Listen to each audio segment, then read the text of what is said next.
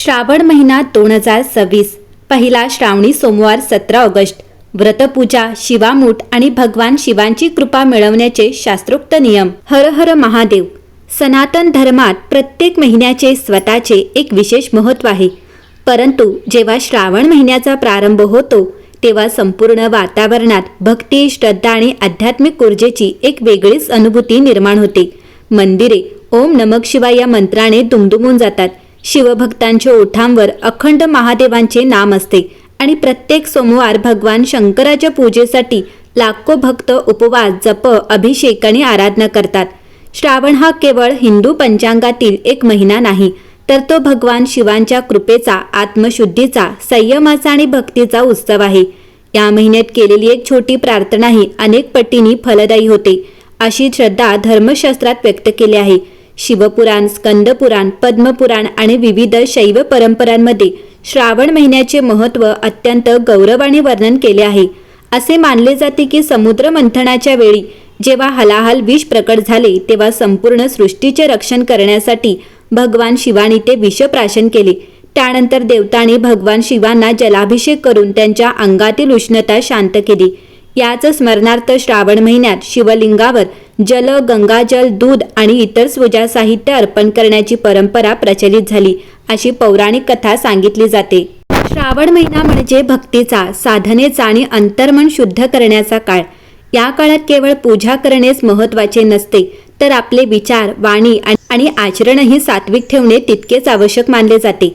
म्हणूनच अनेक जण या महिन्यात उपवास करतात, मांसाहार व मद्यपान टाळतात, सत्य बोलण्याचा प्रयत्न करतात, दानधर्म करतात आणि शिवनामाचा जप करतात. 2026 मध्ये श्रावण महिन्याचे विशेष दिवस. श्रावण महिन्याची सुरुवात 13 ऑगस्ट 2026. पहिला श्रावणी सोमवार हा 17 ऑगस्ट 2026.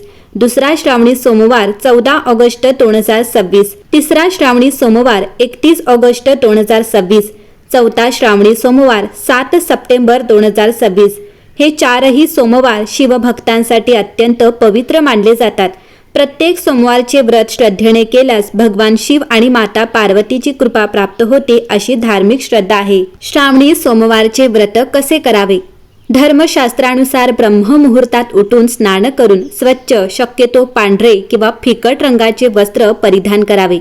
त्यानंतर घरातील देवघर किंवा मंदिरात भगवान शिवांचे ध्यान करावे. पूजेला सुरुवात करण्यापूर्वी संकल्प करावा. संकल्प करताना आपल्या कुटुंबाचे कल्याण, आरोग्य, मानसिक शांती, सद्बुद्धी आणि ईश्वर भक्तीची प्रार्थना करावी. व्रत हे केवळ इच्छा पूर्ण करण्यासाठी नसून आत्मसंयम आणि भक्ती वाढवण्यासाठी आहे, असे धर्मशास्त्र सांगते. भगवान शिवांची पूजा कशी करावी?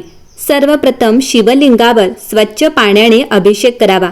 त्यानंतर शक्य असल्यास गंगाजल अर्पण करावे. त्यानंतर दूध, दही, मध, तूप आणि साखर यांचा पंचामृत अभिषेक करता येतो. त्यानंतर पुन्हा स्वच्छ जलाने शिवलिंग स्नान घालावे. यानंतर बेलपत्र अर्पण करावे. बेलपत्र 3 दलांचे स्वच्छ आणि अखंड असावे. बेलपत्र अर्पण करताना त्याचा गुळगुळीत भाग शिवलिंगाकडे राहील, अशी अनेक पूजा पद्धतींमध्ये परंपरा सांगितली जाते. त्यानंतर धतुरा, आकाड्याची फुले, पांढरी फुले, भस्म, चंदन, फळे आणि नैवेद्य अर्पण करावा. भगवान शिवांना केवड्याचे फूल आणि हळद कुंकू थेट शिवलिंगावर वाहू नये, अशी परंपरा अनेक शैव संप्रदायात आढळते. पूजेनंतर ओम नमः शिवाय मंत्राचा जप, महामृत्युंजय मंत्र किंवा शिवचालिसाचे पठण करावे. श्रावणातील शिवामूठ. कोणत्या सोमवारी काय अर्पण करावे? महाराष्ट्रातील अनेक घरांमध्ये श्रावण महिन्यातील प्रत्येक सोमवारी भगवान शिवांना शिवामूठ वाहण्याची सुंदर परंपरा आहे. शिवामूठ म्हणजे आपल्या श्रमाने मिळवलेल्या धान्याचा एक भाग कृतज्ञतेने भगवान शिवांना अर्पण करणे. यामागे समृद्धी, अन्नाचे महत्त्व आणि ईश्वराप्रती समर्पणाची भावना आहे. सर्वप्रथम एक गोष्ट लक्षात घ्या. शिवपुराण, लिंगपुराण किंवा इतर प्रमुख धर्मशास्त्रांमध्ये पहिल्या सोमवारी हेच धान्य, दुसऱ्या सोमवारी तेच धान्य असा सर्वसामान्य नियम दिलेला नाही. त्यामुळे प्रत्येक भागात आणि प्रत्येक कुटुंबात शिवामूठ वाहण्याची पद्धत वेगवेगळी आढळते. आपल्या घरातील कुलाचाराला प्राधान्य देणे हेच धर्मशास्त्राच्या दृष्टीने योग्य मानले जाते. तथापि महाराष्ट्रातील अनेक भागात पुढील प्रमाणे एक प्रचलित लोकपरंपरा आढळते. पहिल्या श्रावणी सोमवारी तांदळाची शिवामूठ. पहिल्या सोमवारी स्वच्छ अखंड तांदळाची एक मूठ भगवान शिवांना अर्पण केली जाते. तांदूळ हा शुद्धता, शांतता आणि अन्न समृद्धीचे प्रतीक मानला जातो। या दिवशी कुटुंबात सुख, समाधान आणि अन्नधान्याची कधीही कमतरता भासू नये अशी प्रार्थना केली जाते। दुसरा श्रावणी सोमवार, पांढऱ्या तिळांची शिवामूठ। दुसऱ्या सोमवारी पांढरे तीळ अर्पण करण्याची प्रथा अनेक ठिकाणी आहे। धर्मग्रंथात तिळाला पवित्र मानले गेले आहे। तीळ अर्पण केल्याने पापक्षय होतो, मन शुद्ध होते आणि पूर्वजांचे आशीर्वाद लाभतात अशी धार्मिक श्रद्धा आहे। तिसरा श्रावणी सोमवार, मुगाची शिवामूठ। तिसऱ्या सोमवारी हिरवा मूग अर्पण केला जातो। मूग हा सात्विक, आरोग्यदायी आणि जीवनशक्तीचे प्रतीक मानला जातो। कुटुंबातील आरोग्य, मानसिक शांती आणि सकारात्मक ऊर्जा वाढावी या भावनेने मूग अर्पण केले जातो। चौथा श्रावणी सोमवार, गहू किंवा हरभऱ्याची शिवामूठ। अनेक भागात चौथ्या सोमवारी गहू अर्पण करण्याची परंपरा आहे, तर काही ठिकाणी हरभरा अर्पण केला जातो। गहू हा समृद्धी, स्थैर्य आणि कुटुंबाच्या प्रगतीचे प्रतीक मानला जातो। हरभरा श्रम, सामर्थ्य आणि कष्टाचे फळ यांचे प्रतीक मानला जातो। काही भागात पाचवा सोमवार असल्यास उडीद, ज्वारी, बाजरी किंवा मिश्र धान्याची शिवामूठ अर्पण करण्याचीही स्थानिक प्रथा आहे। त्यामुळे आपल्या घरातील वडीलधाऱ्यांनी सांगितलेली पद्धत किंवा कुलाचार पाळणे अधिक योग्य ठरते। श्रावणात कोणते नियम पाळावेत? श्रावण महिन्यात शक्यतो सात्विक आहार घ्यावा, वादविवाद टाळावेत, असत्य बोलू नये, गरजूंना मदत करावी, पशुपक्ष्यांना अन्न पाणी द्यावे, दररोज शिवनामाचा जप करावा आणि संध्याकाळी दीप लावून शिव आरती करावी।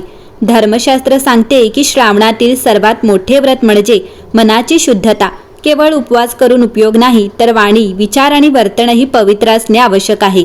भगवान शिवांना वैभवापेक्षा भक्ताचा निष्कपट भाव अधिक प्रिय आहे, म्हणून श्रद्धेने अर्पण केलेला एक लोटा जलही त्यांना स्वीकार्य असतो।